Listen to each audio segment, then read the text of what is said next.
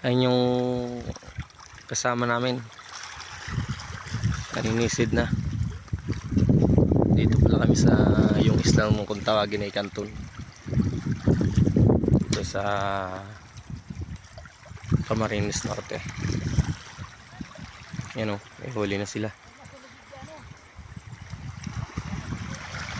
Tapos yung mga kasama ko yan nagsisiga. Dito kami sa Bito ay ano, Apuaw yata yung may sakop nito. Tapos ito yung isla na Canton, tawagin dito pangalan nito.